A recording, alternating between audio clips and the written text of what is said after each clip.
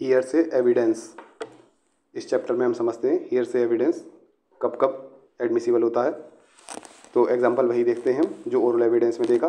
मान लीजिए बी ने ए को लात मारी, इस घटना को सी ने देखा, सी ने अपनी आंखों से देख लिया, तो ये डायरेक्ट एविडेंस है। सी ने खुद यह घटना देखी तो सी के द्वारा दी गई गवाही वह एडमिसिबल होगी, वह मानी जाएगी। मान लीजिए सी ने ये बात डी को बताई कि भाई ऐसे ऐसे बी ने ए को लात मारी थी, बी ने ए को किक किया था, तो डी यहाँ पर मौजूद नहीं था घटना पे जिस समय यह घटना हुई। तो ऐसी कंडीशन में डी की दी गई गवाही नहीं मानी जाएगी, क्योंकि डी वहाँ पर मौजूद नहीं था, डी का डायरेक्ट एविडेंस नहीं है, डी का हियर से है। से माने कहना, हियर माने सुनना, तो कही सुनी बातें, ये कही सुनी बातें हैं, डी खुद वहाँ पर मौजूद नहीं था, डी का डायरेक्ट एविडेंस नहीं है, डायरेक्ट एविडेंस सी का है। तो डायरेक्ट एविडेंस ही माना जाता है जिसका डायरेक्ट एविडेंस होता है, जिसने डायरेक्टली वह चीज़ देखी हो, सुनी हो, परसीव की हो, केवल उसी का एविडेंस माना जाता है। हियर से वाले का नहीं माना जाता, जिसने वह खुद नहीं देखी हो, घटना को होते हुए खुद नहीं देखा हो, उसका एविडेंस नहीं माना जाएगा, उसकी गवाही नहीं मानी जाएगी। लेकिन कुछ एक्सेप्शंस हैं जहाँ पर जो व्यक्ति घटना के समय मौजूद नहीं था उसकी भी गवाही मानी जाती है। वे क्या क्या एक्सेप्शंस हैं जब हियर से अलाउड होता है। एक तो है रेस गेस्टाई, ये होता है एक ही ट्रांजैक्शन में जो फैक्ट्स होते हैं उनको कहते हैं। मान लीजिए किसी कार ने इस व्यक्ति का एक्सीडेंट किया, अब कार एक्सीडेंट करके चली गई, भाग गई, और यह व्यक्ति सड़क पे पड़ा हुआ है। उसी समय यह व्यक्ति आता है, इस व्यक्ति को यह जो जिसका एक्सीडेंट हुआ है वह बताता है कि मेरा ऐसे ऐसे एक्सीडेंट हुआ है, कि इस गाड़ी ने, उस व्यक्ति ने मेरा एक्सीडेंट किया है। तो भले ही इस व्यक्ति ने घटना को होते हुए नहीं देखा, ये तो बाद में आया था, लेकिन एक ही ट्रांजैक्शन में गाड़ी ने एक्सीडेंट किया और यह व्यक्ति घायल हुआ, तभी यह व्यक्ति आया, इस व्यक्ति के सामने मरने से पहले इस व्यक्ति ने अपना स्टेटमेंट दिया कि ऐसे ऐसे इस गाड़ी ने मुझे मारा, तो यहाँ पर इस व्यक्ति की गवाही चल जाएगी। ये रेस गेस्टाई कहलाता है। सारी चीज़ें, सारी घटना एक ही ट्रांजैक्शन में हुई हैं, तो जो घटनाएं एक ट्रांजैक्शन में होती हैं वह रेस गेस्टाई मानी जाती हैं। तो इस व्यक्ति की गवाही मानी जाएगी, भले ही इसने गाड़ी को टक्कर मारते हुए नहीं देखा। नेक्स्ट है एडमिशन एंड कन्फेशन। मान लीजिए यह व्यक्ति इसको बताता है कि मैंने मर्डर किया है, मैंने उस व्यक्ति का ऐसे ऐसे मर्डर किया है, तो भले ही इस व्यक्ति ने, ये लाल वाला व्यक्ति जो है, भले ही इसने खुद मर्डर होते हुए नहीं देखा था, यह घटना का साक्षी नहीं था, लेकिन फिर भी इसकी गवाही मानी जाएगी यदि यह बताता है कि कालू ने मेरे सामने ऐसे ऐसे कन्फेस किया था। भले ही लाल वाले ने घटना को होते हुए नहीं देखा, लेकिन यदि कन्फेशन करता है कालू इसके सामने, लालू के सामने, तो ऐसी कंडीशन में इसकी गवाही मानी जाएगी। नेक्स्ट है डेड। यदि कोई व्यक्ति मरने से पहले अपने मौत का कारण बता जाए कि ऐसे ऐसे उसने मुझे मारा, जैसे ऊपर वाली कंडीशन में भी था, मान लीजिए वह बताता जाता है कि ए ने मेरे को गोली मारी, उसके बाद ये मर जाता है, तो ऐसी कंडीशन में वह जिसको बता रहा है, भले ही ये आदमी उस समय मौजूद नहीं था जिस समय गोली मारी गई थी, लेकिन फिर भी इसकी गवाही मानी जाएगी, हियर से मानी जाएगी। यह मौजूद नहीं था, डायरेक्ट एविडेंस नहीं है ये, लेकिन फिर भी यह मानी जाएगी, हियर से मानी जाएगी। नेक्स्ट है ये अकाउंट बुक्स में एंट्री वगैरह होती हैं, या फिर कोई ऑफिशियल रिकॉर्ड होता है, ऑफिशियल पब्लिक रिकॉर्ड होता है, या फिर कोई मैप्स वगैरह होते हैं, पब्लिक मैप्स, चार्ट्स वगैरह, तो इन सब में जो एंट्रीज वगैरह होती हैं वे भी हियर से मानी जाती हैं।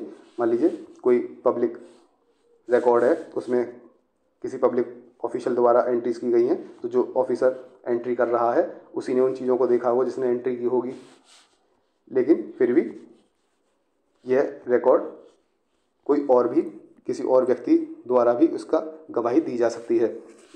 घटना किसी और ने देखी जिसने एंट्री की, लेकिन इन एंट्रियों को भी इस्तेमाल किया जा सकता है।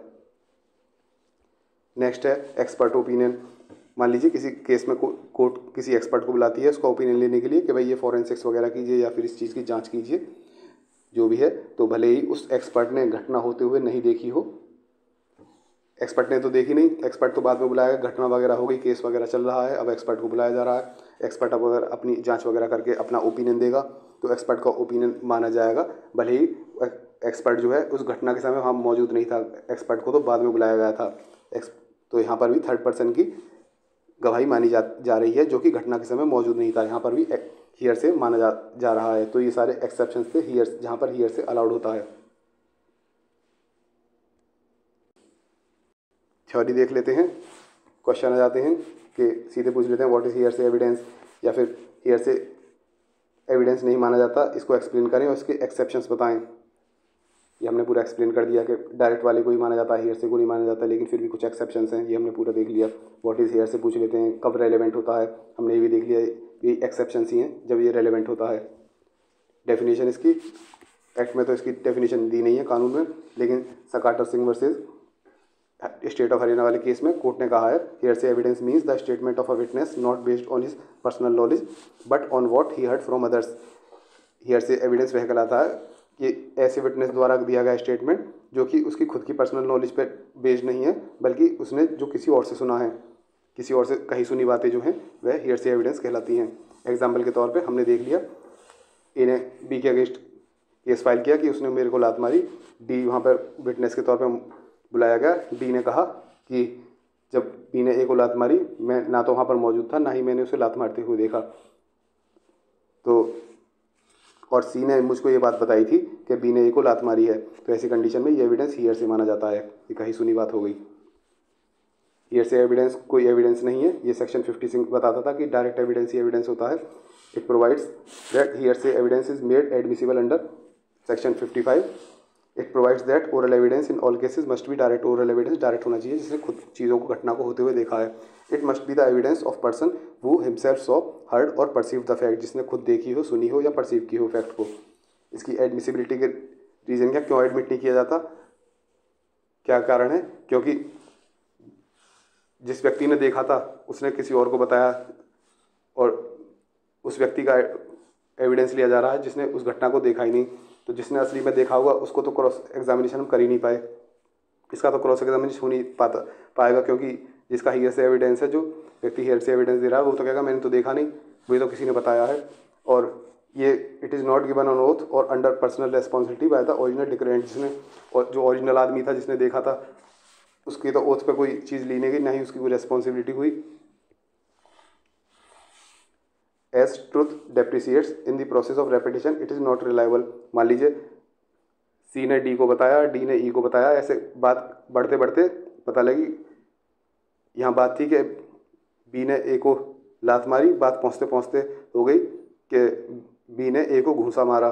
बात ऐसे ऐसे जो फैक्ट के साथ साथ, टाइम के साथ साथ सच्चाई जो है वह डेप्रिशिएट होती जाती है रेपिटेशन के साथ। यह इम्परफेक्ट भी हो सकती है, मिसअंडरस्टूड भी हो सकती है, हो सकता है अच्छे से उसको याद ही ना हो, और ऐसे फैब्रिकेशन की अपॉर्चुनिटी बढ़ जाती है। हो सकता है आगे बढ़ बढ़ के कुछ और ही बात निकल जाए। The person communicating such evidence is not expose to the danger of prosecution of परजरी।